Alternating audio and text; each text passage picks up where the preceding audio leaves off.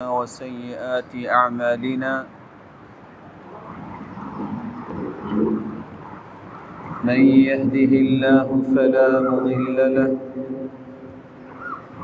ومن يضلل فلا هادي له وأشهد أن لا إله إلا الله وحده لا شريك له وأن محمدًا عبده ورسوله يا أيها الذين آمنوا اتقوا الله حق تقاته ولا تموتن إلا وأنتم مسلمون يا أيها الناس اتقوا ربكم الذي خلقكم من نفس واحدة وخلق منها زوجها وبث منهما رجالا كثيرا ونساء واتقوا الله الذي تساءلون به والأرحام إن الله كان عليكم رقيبا يا أيها الذين آمنوا اتقوا الله وقولوا قولا سديدا يصلح لكم أعمالكم ويغفر لكم ذنوبكم ومن يطع الله ورسوله فقد فاز فوزا عظيما أما بعد فأعوذ بالله من الشيطان الرجيم ما كان على النبي من حرج فيما فرض الله له سنة الله في الذين خلوا من قبل وكان أمر الله قدرا مقدورا لائق عزت تکریم سامعین مکرم، اللہ ذوالجلال ہم سب کے خالق اور مالک اور رازق ہے۔ اس کا احسان عظیم ہے کہ اس نے ہماری رشد و ہدایت کے لیے نوشتہ ہدایت قرآن مجید کو نازل کیا، پھر اس قرآن مجید کے ایک ایک پہلو کو کھول کھول کر بیان کرنے کے لیے ہادی و مرشد بنا کے بھیجا، تو اس ہستی کو جو پوری کائنات سے اعلیٰ ہستی ہے، محمد رسول اللہ صلی اللہ علیہ وسلم،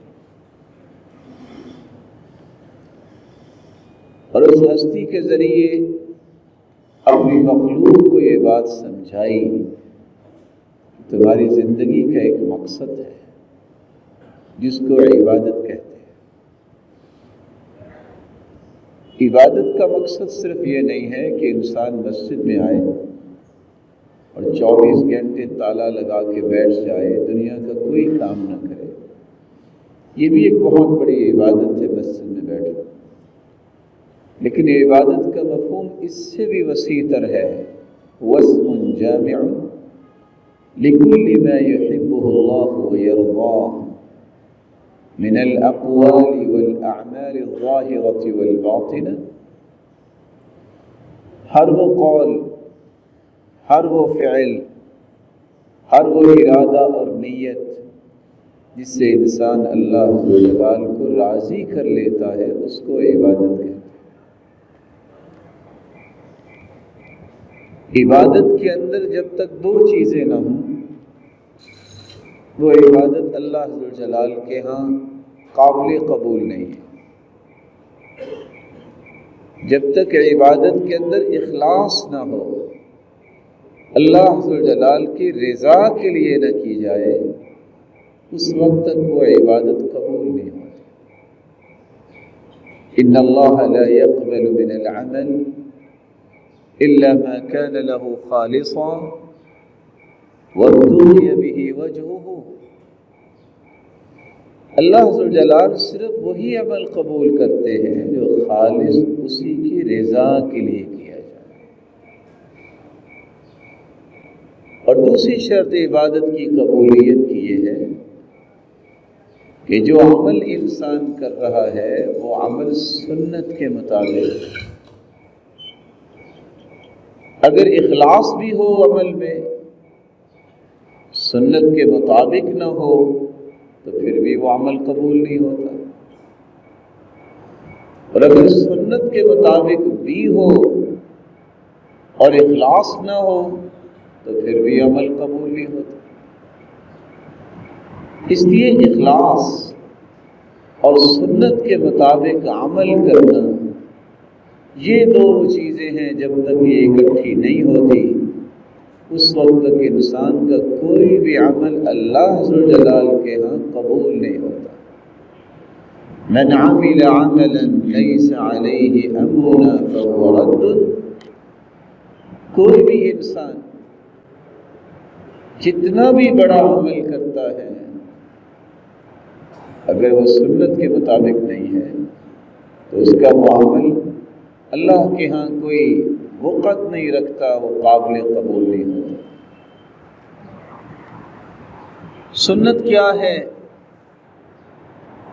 اور سنت کی عظمت کیا ہے، کیا ثمرات انسان کو ملتے ہیں اگر سنت کے مطابق زندگی گزارتا ہے،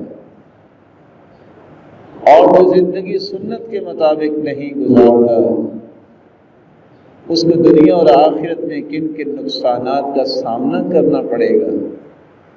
آج کے اس خطبے میں ہماری گفتگو کا محور یہی چند نکات ہوں گے۔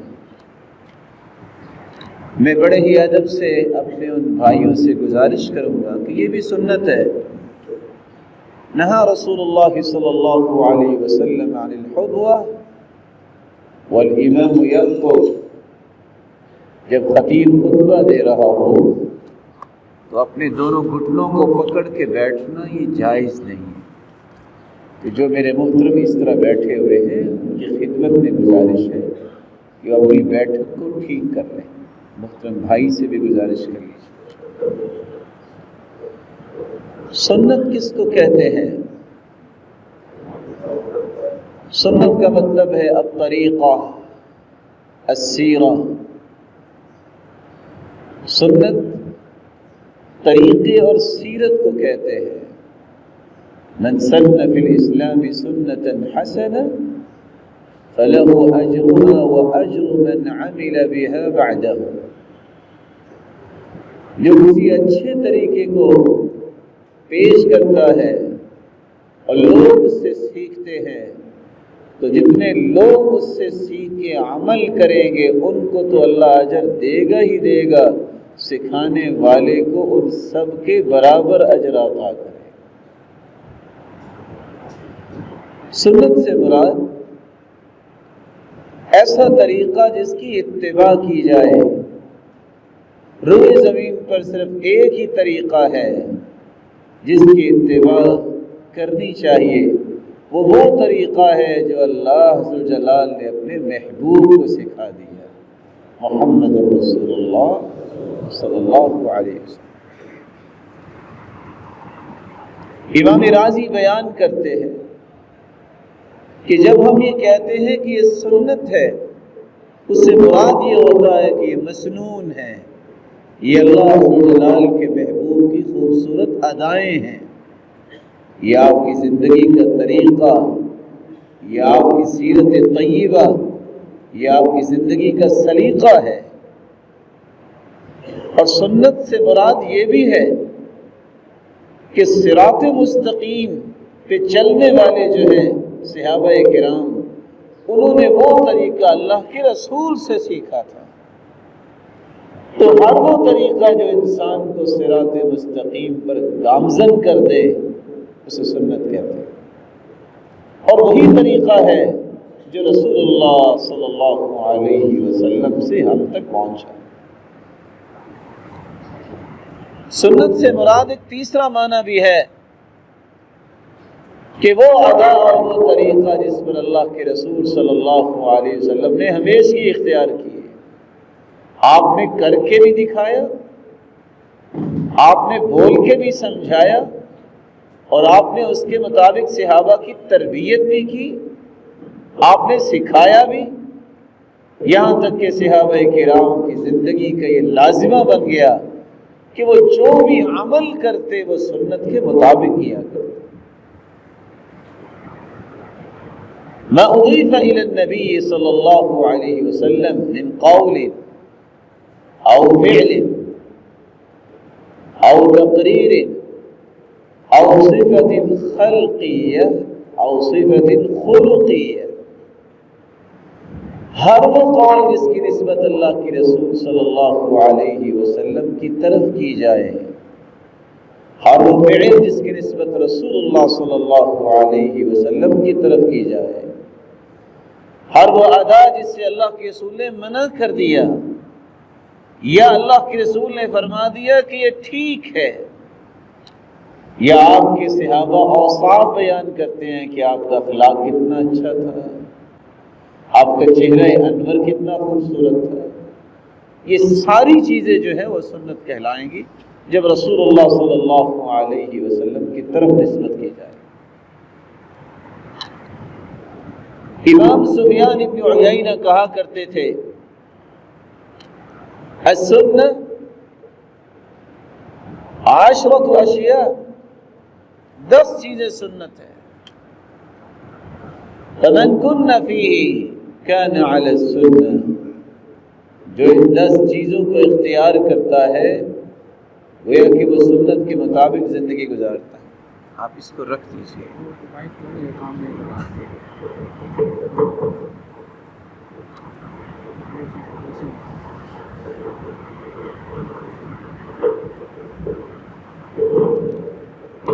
وہ 10 چیزیں کون سی ہیں جس کو سنت کہا ہے؟ بہت بڑے محدث نے الایمان قول و عمل،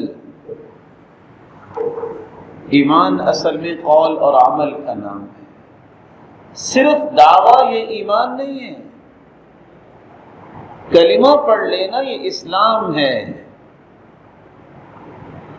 امام بخاری رحمۃ اللہ علیہ اس لیے کہا کرتے تھے كتبت عن 1080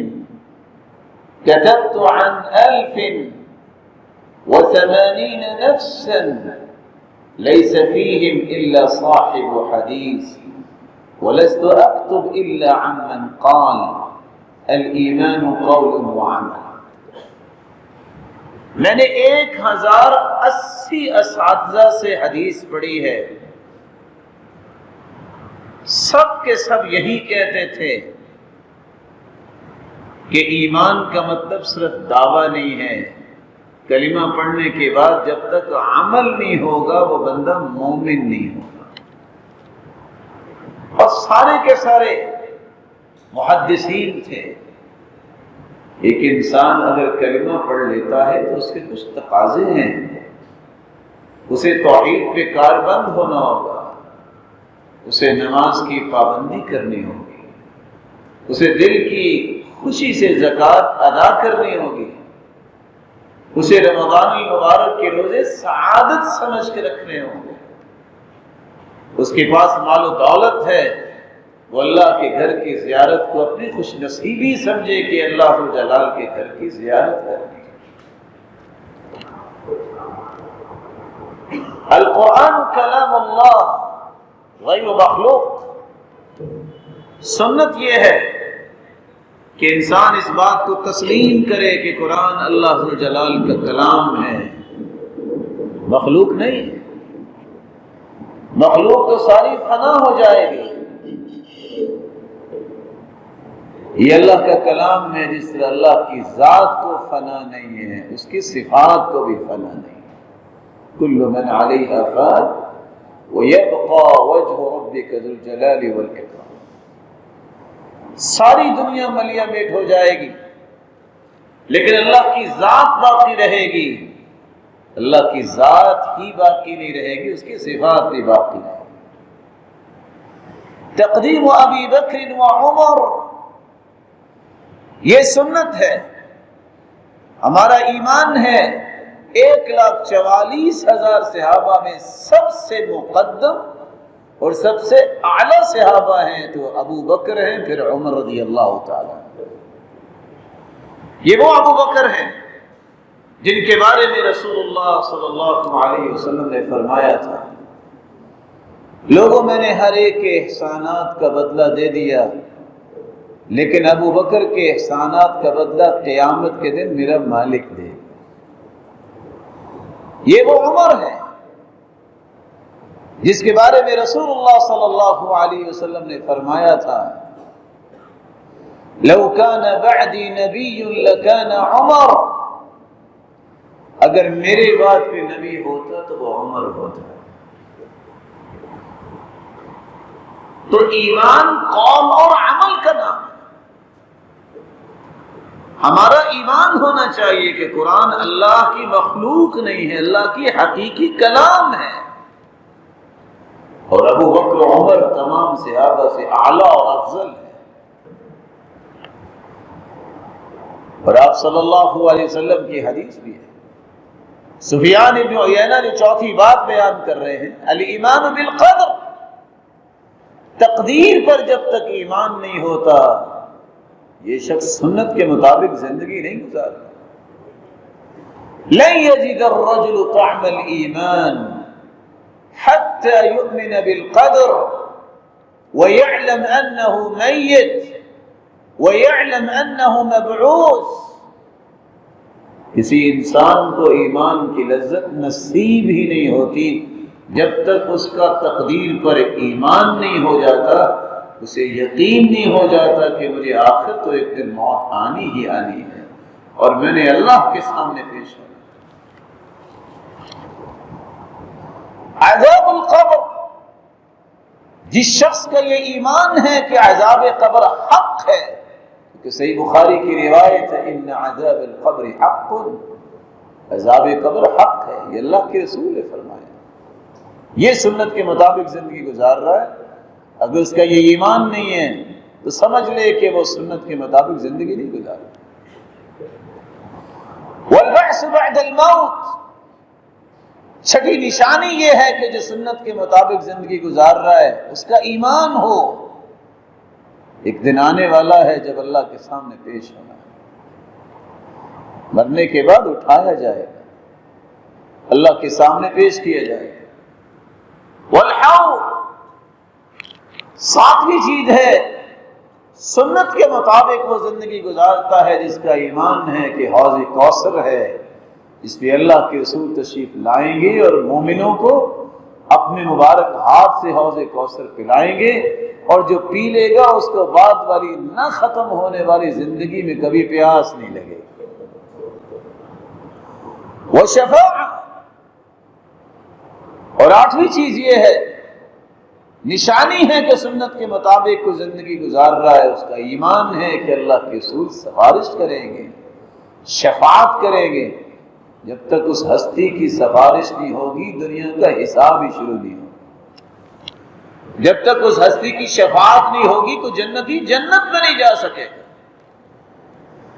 جنت میں چلا بھی گیا ہے تو بلند درجے میں پہنچنے کے لیے اسے رسول اللہ صلی اللہ علیہ وسلم کی سفارش کی ضرورت ہے۔ والمیزان، نویں چیز یہ ہے کہ ایک ایمان رکھتا ہے سنت پہ عمل کرنے والا کہ اللہ قیامت کو ترازو لگائیں گے، نیکیوں کا بھی وزن کیا جائے گا اور برائیوں کا بھی وزن کیا جائے گا، انسانوں کا بھی وزن ہوگا، لیکن وزن صرف گوشت کا نہیں ہوگا، نیکیوں کے مطابق اس کا وزن ہوگا۔ عبداللہ ابن مسعود رضی اللہ تعالی عنہ جب درخت پہ چڑھتے مسواک اتارنے کے لیے چڑھے، باریک پنڈلیاں تھیں، ہوا آئی تو وہ حرکت میں آ گئی، صحابہ مسکرانے لگ گئے۔ آپ نے فرمایا مما تضحکون، آپ کس بات پہ مسکرا رہے ہو؟ او من دقت ساقی، کیا باریک پنڈلیوں کو دیکھ کر مسکرا رہے ہو؟ والذی نفسی بیدی انہما اثقل فی المیزان من جبل احد، اللہ کی قسم یہ باریک پنڈلیاں جو تمہیں نظر آ رہی ہیں، جب قیامت کو اس کا وزن ہوگا تو یہ احد پہاڑ سے بھی وزنی ثابت ہوگا۔ سبب کیا ہے؟ کیونکہ ان پنڈلیوں پہ سوار ہو کے کبھی وہ گناہ کی طرف نہیں گئے تھے۔ اس کے مقابلے میں ایک ایسے شخص کو لایا جائے گا، إِنَّهُ لَيَأْتِي الرَّجُلُ الْعَظِيمُ السَّمِينُ لَا يَزِنُ عِنْدَ اللَّهِ جَنَاحَ بَعُوضَةٍ، ایک موٹا انسان آئے گا، اس کا وزن کیا جائے گا مچھر کے پر جتنا بھی اس کا وزن نہیں، گناہوں کی وجہ سے۔ اللہ عز و جلال ہمارا ایمان بھی بنائے اور ہمیں عمل کی بھی توفیق عطا فرمائے۔ 10ویں چیز یہ ہے الصراط،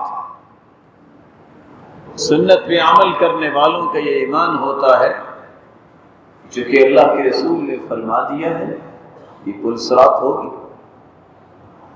یہاں سے خوش نصیب کوئی ہوا کی طرح گزریں گے، کوئی بجلی کی طرح گزریں گے، کوئی تیز رو گھوڑے کی طرح گزریں گے، کوئی دوڑ کے گزریں گے، کوئی پیدل جیسے عام انسان چلتا ہے ویسے گزریں گے، کبھی بیٹھیں گے کبھی اٹھیں گے، اس طرح گزریں گے، اور کچھ بد نصیب ہیں جو پاؤں رکھتے ہی جہنم کا لقمہ بن جائے۔ یہ 10 چیزیں جب انسان کے ایمان کا حصہ بنتی ہے، سمجھ لو یہ سنت کے مطابق زندگی گزار۔ رسول اللہ صلی اللہ علیہ وآلہ وسلم پر قرآن نازل ہوا ہے، اور قرآن نے اس حقیقت کو کھولا ہے کہ سنت کے مطابق زندگی گزارنے والا جو ہے یہ اللہ کو بہت پسند ہے۔ اس لیے اللہ عز و جلال نے سنت کو کسی کا ایمان چیک کرنے کا پیمانہ بنا دیا۔ وَمَا جَعَلْنَا الْقِبْلَةَ الَّتِي كُنْتَ عَلَيْهَا إِلَّا لِنَعْلَمَ مَنْ يَتَّبِعُ الرَّسُولَ مِمَّنْ يَنْقَلِبُ عَلَى عَقِبَيْهِ۔ 16 یا 17 ماہ بیت المقدس کی طرف منہ کر کے مسلمانوں نے نمازیں پڑھی، پھر حکم ہوا کہ بیت اللہ کی طرف منہ کر کے نماز پڑھی۔ اللہ تعالیٰ فرماتے ہیں یہ قبلے کی تبدیلی سے پتہ چلے گا کون ہے جو اللہ کے رسول سے سچی محبت کرتا ہے۔ جب اللہ کے محبوب بیت اللہ کی طرف منہ کر کے نماز پڑھتے ہیں، جو نہیں مانے گا اس کی محبت جو ہے وہ کنسیڈر نہیں ہے۔ تو سنت کے مطابق عمل کرنے سے انسان کا پتہ چلتا ہے یہ ہے سچا محب اللہ کے رسول صلی اللہ علیہ وسلم، یہ ہے سچا متبع اتباع کرنے والا، یہ ہے سچا مطیع اطاعت کرنے والا۔ چوتھا لفظ ہم چونکہ بولنا نہیں چاہتے لیکن تنبیہ ضرور کرنا چاہتے ہیں اپنے بھائیوں کے، کہ ہم یہ نہیں کہیں گے کہ یہ ہے سچا عاشق، کیونکہ پورے قرآن میں اللہ نے 114 صورتیں ہیں، اللہ تعالیٰ نے کسی صورت میں لفظ عشق اتارا نہیں ہے۔ جملہ کتب حدیث میں کسی صحیح حدیث میں عشق کا لفظ نہیں آیا۔ 1,44,000 صحابہ میں سے کسی ایک نے بول کے نہیں کہا کہ اللہ کے رسول مجھے آپ سے عشق ہے۔ اور یہ لفظ کوئی بھی عقل مند اپنی بیٹی اور بہن اور ماں کے لیے استعمال نہیں کرتا۔ جس لفظ کو قرآن نے جگہ نہیں دی، جس لفظ کو کسی صحیح حدیث نے جگہ نہیں دی، جو لفظ کسی صحابی کے زبان پہ نہیں آیا، اور جو لفظ میں اور آپ بھی بولنے سے شرم محسوس کرتے ہیں اپنی بیٹی بہن اور ماں کے لیے، وہ اس مقدس ہستی کے لیے کیسے بولنا جائز ہوگا جس جیسی ہستی آج تک اللہ نے پیدا ہی نہیں کی۔ اسی کبھی نہ کہا کریں کہ میں اللہ کے رسول کا عاشق ہوں، یہ لفظ جچتا ہی نہیں ہے اس ہستی کو۔ کہا کرے میں اللہ کے رسول کا محب ہوں، کیونکہ محبت کا تذکرہ قرآن و حدیث میں آیا۔ میں مطیع ہوں، اطاعت کرنے والا ہوں، اس کا تذکرہ بھی قرآن و حدیث میں آیا۔ میں متبع ہوں، اتباع کرنے والا، تابع داری کرنے والا، فرما برداری کرنے والا، اس کا تذکرہ بھی قرآن و حدیث میں اور صحابہ نے یہ لفظ استعمال کیا۔ تو سنت کے مطابق جو عمل کرنا ہے یہ اصل میں معیار ہے کون ہے مومن اور کون نہیں مومن۔ بلکہ اگر یہ پہچاننا ہو کہ بصیرت کس کے پاس ہے، حکمت و بصیرت اللہ نے عطا کس کو کی ہے، تو یہ پہچان کیسے ملے گی؟ جو سنت کے مطابق عمل کرتا ہے یہ ہے صاحب بصیرت۔ قُلْ هَذِهِ سَبِيلِي أَدْعُو إِلَى اللَّهِ عَلَى بَصِيرَةٍ أَنَا وَمَنِ اتَّبَعَنِي وَسُبْحَانَ اللَّهِ وَمَا أَنَا مِنَ الْمُشْرِكِينَ۔ میرے محبوب آپ خود اعلان کر دیجئے، یہ لوگوں کو دین کی صحیح راہ دکھانا، اللہ کے ساتھ مخلوق کو جوڑنا، آپ فرما دیجئے یہ میرا مشن ہے، یہ میرا منہج ہے، یہ صرف میرا ہی مشن نہیں ہے۔ انا ومن اتبعنی، جو مجھ سے سچی محبت کرتے ہوئے تابعداری کرتا ہے یہ اس کا بھی مشن ہے۔ اسے ہر وقت یہ تڑپ رہتی ہے کہ کسی بھائی کو میں اچھی بات بتا دوں، میں کسی مسلمان بھائی کے کام آ جاؤں، میں کسی مسلمان بھائی کی خیر خواہی کر لوں، میں کسی مسلمان بھائی کا ہمدرد ثابت ہو جاؤں۔ یہ نبیوں کی تڑپ تھی، یہ ذوق اور شوق انبیاء کا تھا، جس کے اندر یہ تڑپ موجود ہے، سنت کی محبت موجود ہے۔ یہ ہے بصیرت والا انسان، یہ ہے حکمت والا انسان۔ اس لیے ایک تیسری بات بھی سمجھنے والی ہے، سنت پہ عمل کرنا،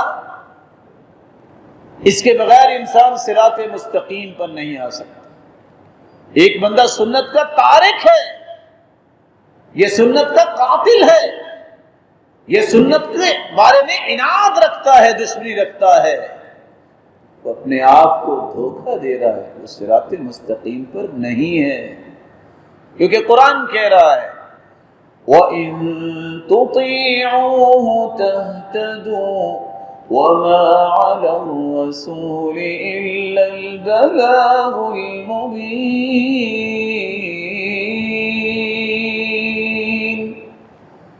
جب تک تم اللہ کے رسول صلی اللہ علیہ وسلم کی اطاعت نہیں کرو گے، اس وقت تک تم ہدایت یافتہ نہیں ہو سکتے۔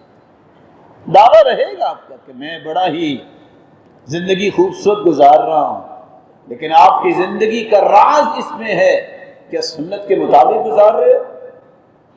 کیا اس پیارے محبوب کی اداؤں کے مطابق گزار رہے ہو؟ جس جیسی ذات بھی اللہ نے پیدا نہیں کی، جس جیسی صفات بھی اللہ نے کسی کو عطا ہی نہیں ہے، اور جس جیسی ادائیں اللہ نے کسی کو عطا ہی نہیں کی۔ اس لیے سنت پر عمل کرنے سے پتہ چلے گا یہ ہے صراط مستقیم پہ چلنے والا۔ بلکہ رسول اللہ صلی اللہ علیہ وآلہ وسلم نے فرمایا تھا نبر اللہ امرأ سمع منا حدیثا وفی روایت سمع منا مقالا، نبر اللہ امرأ سمع منی مقالا فوعاها وأداها۔ اللہ اس کے چہرے کو شادابی عطا فرمائے، اس کا چہرہ زندگی میں بھی چمکتا روشن رہے، اور قیامت کے دن بھی اللہ ذو جلال اس کے چہرے کو روشن بنائیں گے۔ کس کے چہرے کو؟ جو اللہ کے محبوب کی ایک حدیث اور ایک سنت کو سنتا ہے، یاد کرتا ہے، وَأَدَّاهَا كَمَا سَمِعَهَا، جس طرح اس نے سنا اس طرح پھر اپنے دوسرے مسلمان بھائیوں کو پہنچا دیتا ہے۔ اس لیے عبداللہ ابن عباس رضی اللہ تعالی عنہ کہا کرتے تھے یوم تبیض وجوہ وتسود وجوہ، قیامت کے دن کچھ چہرے چمکنے لگ جائیں گے اور کچھ چہرے سیاہ ہو جائیں گے۔ پھر اس آیت کی تفسیر کیا کرتے ہیں؟ تبیض وجوہ اہل السنت والجماعہ، چہرے چمکتے نظر آئیں گے قیامت کے دن ان کے جو سنت کے مطابق زندگی گزارے۔ وَتَسْوَدُّ وُجُوهُ أَهْلِ الْبِدْعَةِ وَالْفُرْقَةِ، اور چہرے سیاہ ہو جائیں گے اس دن کن کے؟ جو بدعات کے مرتکب ہیں، جو تفرقہ بازی کو پسند کرتے ہیں اور اختلافات کو پسند کرتے ہیں۔ اللہ کے رسول سے کسی کو اختلاف ہو وہ مسلمان ہے؟ اس ہستی سے بھی کسی کو اختلاف ہے؟ کیا اس سے بڑھ کے بھی کوئی دنیا میں ہے؟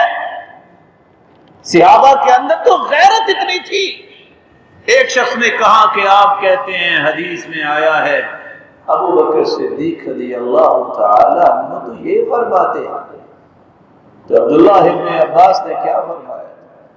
خشیت ان تنزل علیکم حجارۃ من السماء، تم اللہ کے رسول کے مقابلے میں ابو بکر صدیق رضی اللہ تعالی عنہ کی بات پیش کر رہے ہو، مجھے خوف آ رہا ہے کہیں تم پہ پتھروں کی بارش نہ ہو جائے۔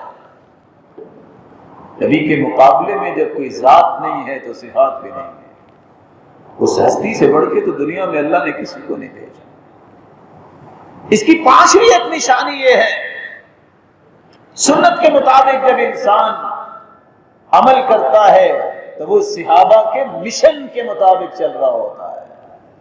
سیدنا عمر کو دیکھیے، وہ آپ کے حجر اسود کو بوسہ دیتے اور ساتھ بول کے کہتے ہیں انی اعلم انک حجر لا تضر ولا تنفع ولولا انی رأیت رسول اللہ صلی اللہ علیہ وسلم قبلک ما قبلتک۔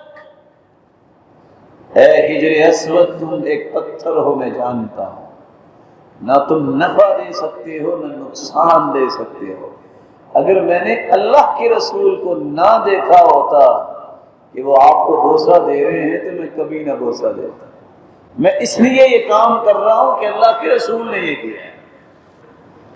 اس لیے تو عبداللہ ابن عمر کہتے تھے فعل رسول اللہ وفعلنا، ہمیں اس سے کوئی غرض نہیں ہے کہ کون کیا کہتا ہے، ہمیں صرف ایک ہی بات ہے، یہ اللہ کے رسول نے کیا ہے تو ہم نے کرنا ہے۔ یہی سنت کی محبت ہے، یہی وہ انداز زندگی ہے۔ اسی رسول اللہ صلی اللہ علیہ وآلہ وسلم کی سنت کے مطابق جب انسان کام کرتا ہے تو پھر اسے چھٹا انعام یہ ملتا ہے، اس کا انجام بڑا اچھا ہوتا ہے۔ یا ایھا الذین آمنوا اطیعوا اللہ واطیعوا الرسول واولی الامر منکم فَإِن تَنَازَعْتُمْ فِي شَيْءٍ فَرُدُّوهُ إِلَى اللَّهِ وَالرَّسُولِ إِن كُنتُمْ تُؤْمِنُونَ بِاللَّهِ وَالْيَوْمِ الْآخِرِ ذَلِكَ خَيْرٌ وَأَحْسَنُ تَأْوِيلًا۔ ایمان کا دعویٰ کرنے والوں، اللہ اور اس کے رسول کی بات مانا کرو، اپنے ذمہ داران کی بھی باتیں مانا کرو۔ تمہارا اگر زندگی میں کوئی جھگڑا ہو جائے، اس کا حل سب سے پیارا اللہ کے پاس ہے، اس کے رسول کے پاس ہے۔ اگر تم ایماندار ہو تو پھر تو تم اللہ اور اس کے رسول سے حل کرواؤ گے، قرآن سے اور حدیث سے حل کرواؤ گے۔ اور جو یہ کام کرتا ہے اس سے اچھا نتیجہ اور انجام اللہ کسی کو عطا نہیں کرتا۔ بلکہ اللہ سبحانہ جلال نے یہ خوشخبری سنائی ہے، سنت کے مطابق جب آپ کام کریں گے تو میرے بھائی قیامت کے دن انبیاء کی صف میں کھڑے ہو جائیں گے۔ وَمَن يُطِعِ اللَّهَ وَالرَّسُولَ فَأُولَٰئِكَ مَعَ الَّذِينَ أَنْعَمَ اللَّهُ عَلَيْهِم مِّنَ النَّبِيِّينَ وَالصِّدِّيقِينَ وَالشُّهَدَاءِ وَالصَّالِحِينَ وَحَسُنَ أُولَٰئِكَ رَفِيقًا۔ جو اللہ اور اس کے رسول کی اطاعت کرتا ہے کتنا خوش نصیب ہے، قیامت کے دن انبیاء کی صف ہوگی، صدیقین اور شہداء اور صالحین کی صف ہوگی، اللہ ان صفوں میں اس بندے کو کھڑا کر دے گا، اور صرف کھڑا ہی نہیں کریں گے، یہ شخص کامیاب طریقے سے زندگی گزارتا ہے اور قیامت کو بھی کامیابی کا پروانہ ہی سے تھما دیا جائے۔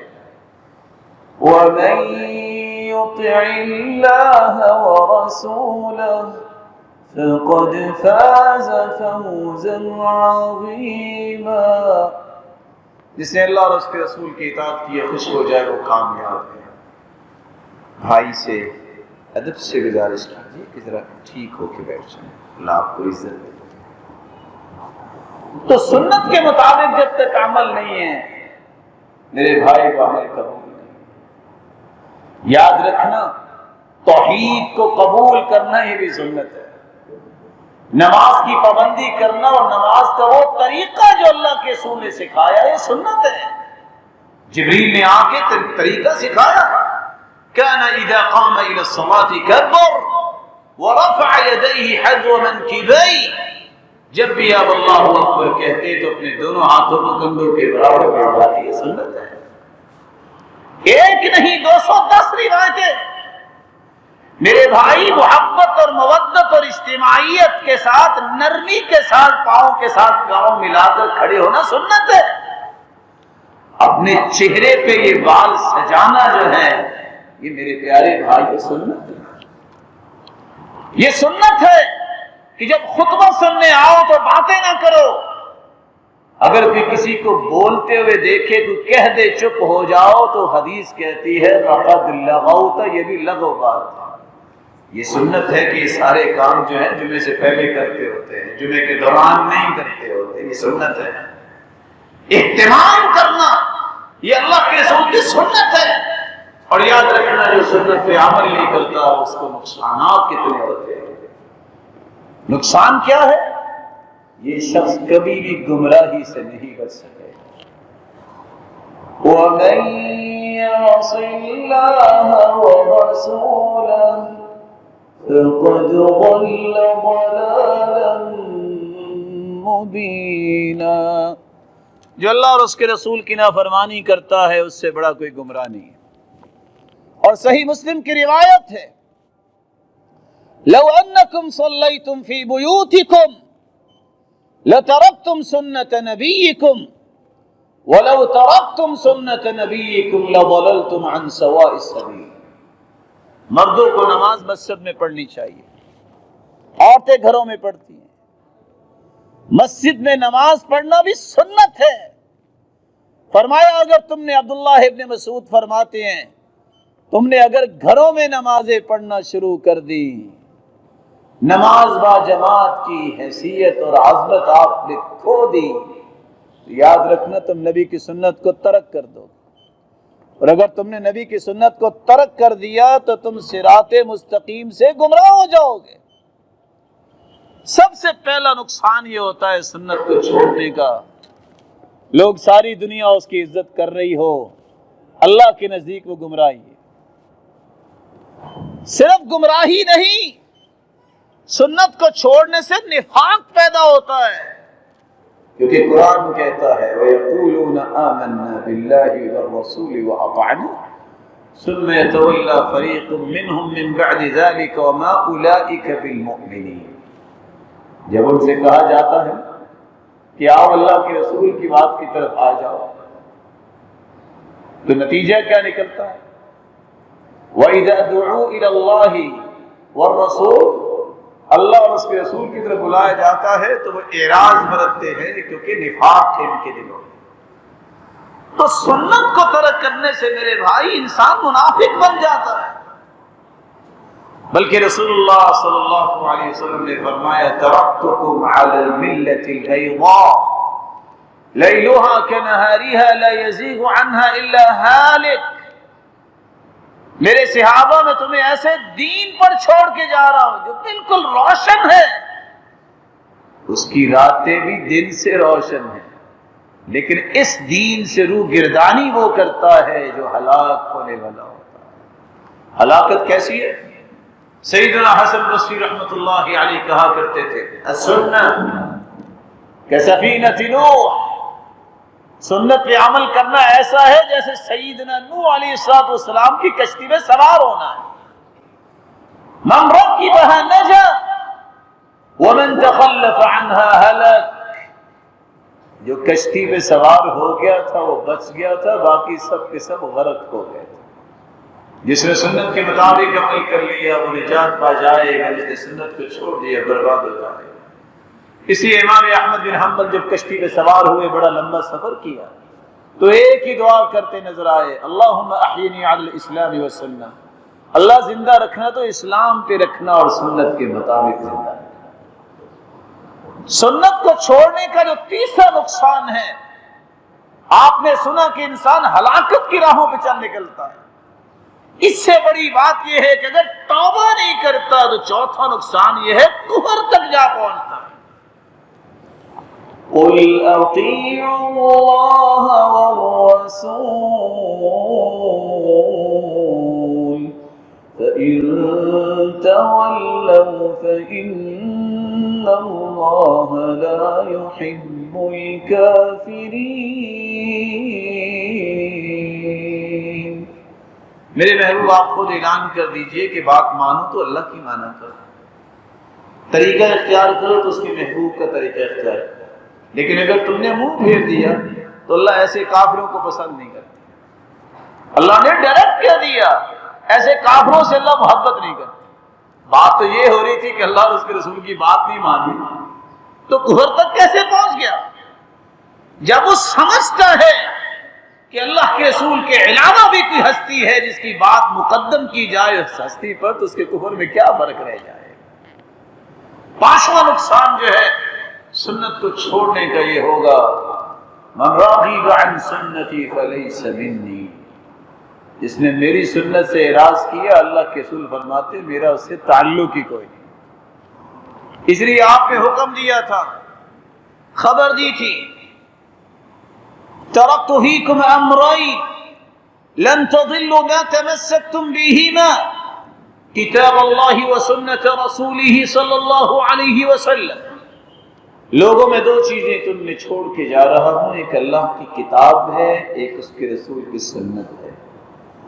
جب تک اس کو تھامے رکھو گے کبھی گمراہ نہیں ہوگے. اور دوسری روایت کے الفاظ ہیں، ترکت فیکم شیئین لن تضلوا بعدہما کتاب اللہ وسنتی ولن يتفرقا حتى يرد علی الحوض. لوگوں میں دو چیزیں چھوڑ کے جا رہا ہوں، ان کو مضبوطی سے تھام لینا، کبھی گمراہ نہیں ہوگا. اور یاد رکھنا وہ اللہ کی کتاب اور میری سنت ہے، جن دونوں کے مطابق زندگی گزارے گا میں حوض کوثر پہ اس کا انتظار کروں. کتنے خوش نصیب ہیں وہ لوگ جو قیامت کے دن اللہ کے پیارے محبوب کے ہاتھ سے حوض کوثر سے پانی پیے. رسول اللہ صلی اللہ علیہ وآلہ وسلم کی سنت اگر اس کو ترک کر دیا جائے تو حوض کوثر سے محرومی ہو جائے گی. صحیح بخاری اور مسلم کی روایت ہے، انا فرطکم علی الحوض من ورد شرب ومن شرب لم یظمأ ابدا.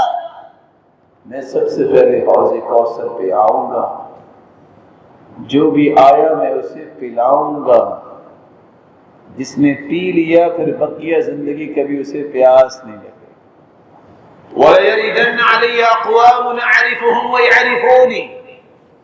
ایسے لوگوں کو لایا جائے گا جس کو میں بھی پہچانتا ہوں گا اور مجھ سے پہچانتے ہوں گے. اللہ کے رسول بھی پہچانیں گے کیسے؟ ان امتی یأتون یوم القیامت غرا محجلین من آثار الوضوء. جو نمازی نماز پڑھتا ہے، وضو کرتا ہے، قیامت کے دن یہ سارے اعضاء اس کے وضو کے چمک رہے ہوں گے. پتہ چلا وہ نمازی اچانک سے رکاوٹ ڈال دی جائے گی. اللہ کے رسول فرمائیں گے، یا ربی اصحابی اصحابی اصحابی اصحابی کما فی روایت اخرى. اللہ یہ میرے ساتھی نمازی لگ رہے. جواب ملے گا، انک لا تدری ما احدث بعدک. میرے محبوب آپ کے علم میں نہیں ہے کہ آپ کے بعد انہوں نے دین کو کیسے بدل دیا. انک لا تدری ما عاملوا بعدک. آپ کے علم میں نہیں کہ آپ کے بعد انہوں نے کون کون سے عمل کیے. اس وقت اللہ کے رسول فرمائیں کہ صحیح بخاری اور مسلم کی روایت ہے سحقا سحقا لمن غیر بعدی، ان کو میری آنکھوں سے دور کر دو جنہوں نے میرے بعد میرے دین کو تبدیل کر دیا. اللہ جلال ہمیں محفوظ فرمائے اور سنت کے مطابق عمل کی توفیق دے. وآخر دعوانا الحمدللہ.